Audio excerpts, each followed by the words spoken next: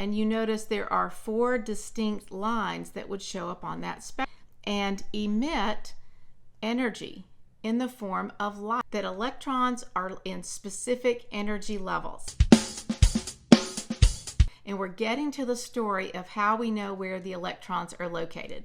So let's do a little experiment. Let's say that we took a tube kind of like a neon light and we put hydrogen gas in there, and you wouldn't be able to see it, but if you used some electricity in this tube, passed some current through it, it would begin to glow and it would produce kind of a pink light.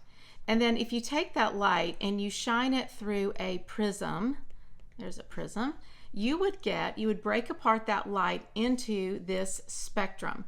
And you notice there are 4 distinct lines that would show up on that spectrum.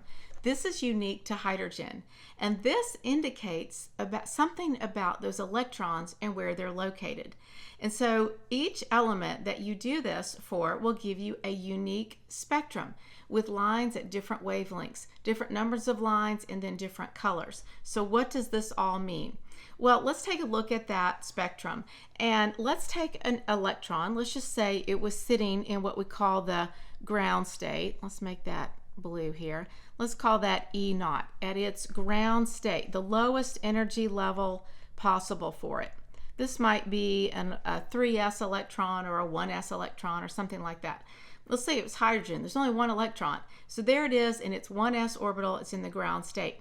When you add electricity to it in this tube, it absorbs that energy and jumps up to a higher energy state. I'll call that E1.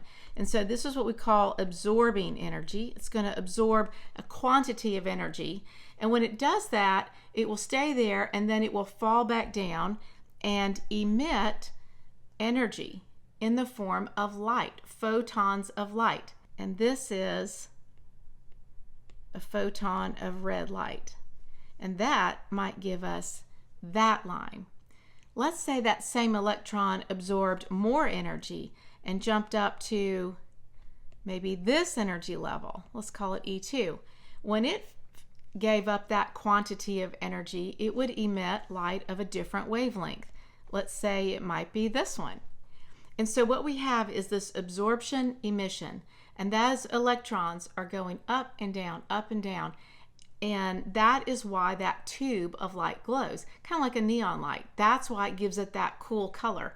There are all these unique wavelengths that add up to that really cool color that we love about neon lights. So what's going on? Absorption, emission of energy.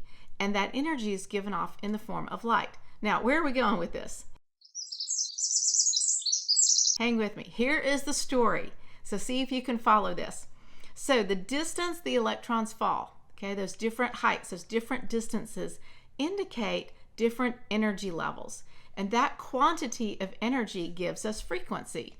Remember Planck's law that we used? Energy and frequency are related. Frequency, you know, is related to wavelength by the speed of light. Speed of light is wavelength times frequency. And wavelength is color. And so what we see, those unique wavelengths on that spectrum, represent what? Unique energy levels. And these spectrum are different for every element. And so this is indicating that electrons are in specific energy levels.